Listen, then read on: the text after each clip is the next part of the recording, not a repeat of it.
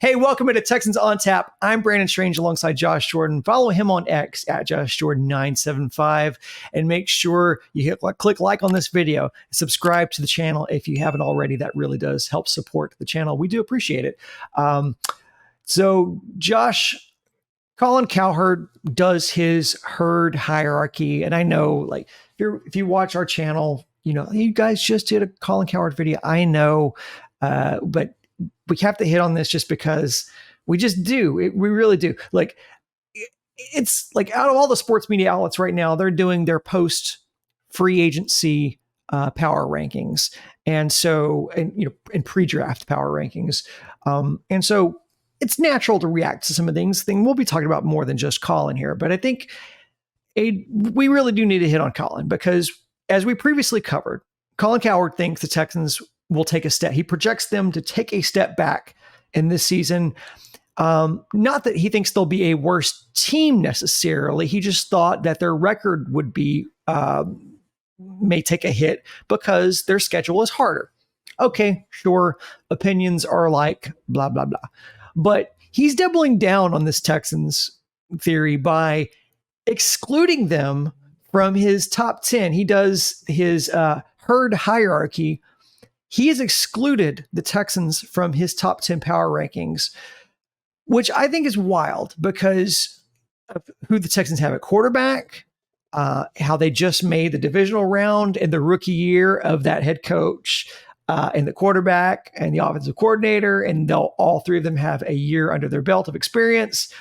And also the team didn't squeak into the playoffs. They won 10 games, blew the doors off the Browns, albeit without Deshaun. And they were tied with the Ravens at halftime before that game got away with them. So if you want to say the Texans aren't in the tier with the Chiefs and Ravens, fine. That's not a crazy opinion. It is crazy, I think, to think that the Texans have, are not in the top 10. I don't know. Where are you at on this? Is this crazy to you as it sounds to me? Well, I mean, if you want to say they're not in the top 10, fine. But the teams that he has in there over them is kind of crazy. In fact, and it's only his top 10 that he released. There's not one team in the AFC South that cracked the top 10 for him.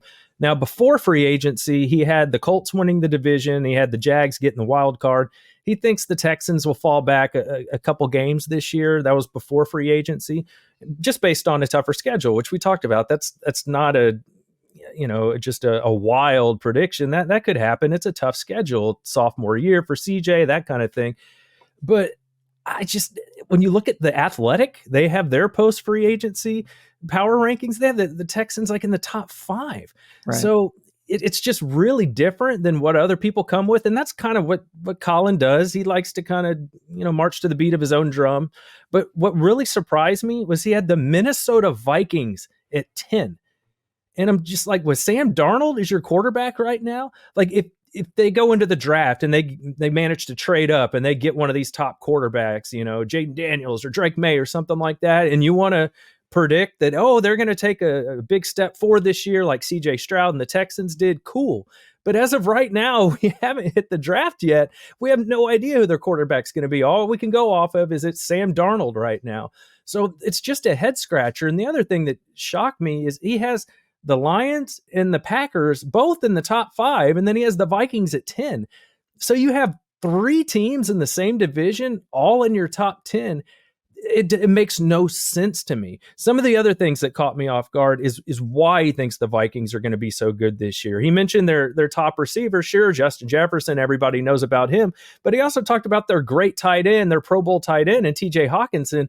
Well, Colin, I don't know if you remember, he tore his ACL on Christmas Eve. It took a while. There was a meniscus damage as well, so it took a while to have the surgery. He didn't have the surgery until January 29th. I mean, we're sitting here in March.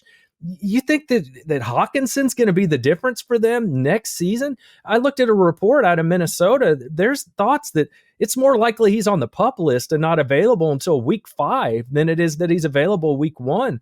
So just some of these reasonings for this. And he talked about he likes their pickups. Jonathan Gernard. Oh, yeah, that's the guy the Texans had, and they upgraded and got Danielle Hunter. And they talk about Cashman, Blake Cashman, former Texan. I like Cashman, but he's been a very injury prone. He only recorded like 40 tackles 1 year before he had his big year this past season. He still missed 3 games in this big year with the Texans last year. So as much as I like Cashman, he's never proven to be durable. So I just don't know how you pick the Vikings over the Texans here. And then Aaron Jones was their other pickup. Great running back, but he's getting close to being 30. He only played 11 games last year. At least with Joe Mixon, say what you want. And at least he was available for the Bengals last season. It's part of the national media talking about local teams from a big picture, I think is, part of this. We just did a video talking about on Stone Cold Strohs, which, hey, cross promotion, go watch it. We just did a video on Stone Cold Strohs. We're talking about John Boy Media previewing the Astros season. They didn't even know Urquidy was out for the first part of the season.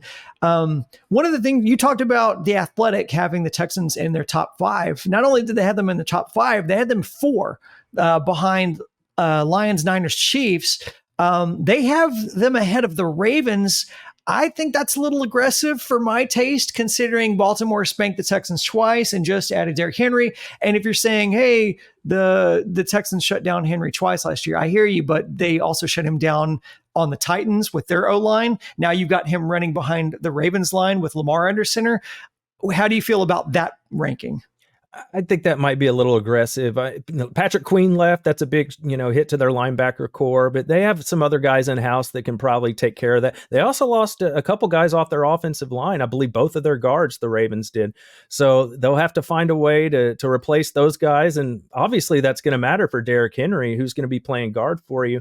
But just based on how both of those games went against the Ravens with the Texans, I think the Texans are better, but I'm going to have to see it until I believe it with them. The Ravens just kind of look like, they're on another level right now. The Texans still have a lot of answers. Who's going to be their second corner? I mean, that guy's really not on the roster right now. I don't know if they'll bring back Steven Nelson or look for Stephon Gilmore or somebody else in free agency. If they go the draft route, I mean, a corner their rookie year, that can be pretty dicey. We saw that with Kareem Jackson years ago. He ended up being a pretty good corner, but he took his lumps that rookie season. And this is a year where the Texans seem to be in it to win it. They're trying to, they tried to trade for Keenan Allen. They're trying to do a lot of big things. Corner somewhere I think they really have to address. So, and left guard is still a big question mark. But if we're just talking Ravens, Texans, I don't know how you can put the Texans over the Ravens until you see it on the field. Yeah, and I wouldn't be mad about Nelson returning a corner if the price is right. He was good for him last season. I think it's one of the things that's funny is the Athletic had the Jags at 20th in their power ranking. So that's kind of complete contrast to what Colin Cowherd talked about, the Jags getting the wild card in his prediction. Both Cowherd and the Athletic have the Browns in their top 10. Josh, why? I think they're both at number 7. They must be expecting Deshaun Watson to make a difference this year. I don't know why he hasn't shown that to be the case. Now, they did trade for Jerry Jeudy and gave him a big contract extension. So you put him with Amari Cooper, and they still got David Njoku. There's some good weapons there. Nick Chubb, their running back, he's coming off that nasty knee injury, so it's hard to know how much you can expect from him.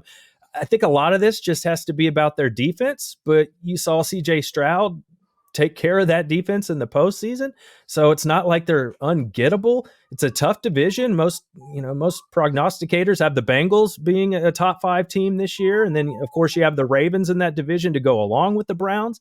So I'm not so sure. I don't know what the love is for Cleveland, because from what we've seen from Deshaun, it hasn't been great. That's another thing. I'm going to have to see it to believe it with Deshaun. He's just played such little football over the past several years. And Jerry Jeudy, there's a reason the Broncos traded him. He's basically been a flop in the NFL coming out of Alabama.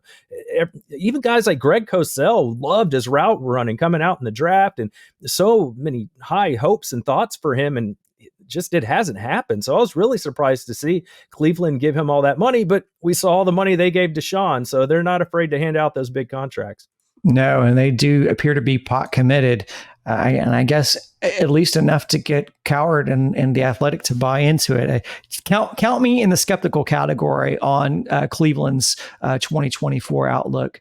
Okay, well, I think that's probably takes us to the end of our conversation here. It's going to be it for this bonus episode of Texans on Tap. We appreciate you guys stopping in. We're going to have more episodes drip out as we get closer and closer to the season, and obviously to the draft. We're going to be reacting pre-draft, post-draft, and we can't wait to talk about that stuff. And we sure hope that you come and, join us in that conversation. So appreciate your time. Go Texans.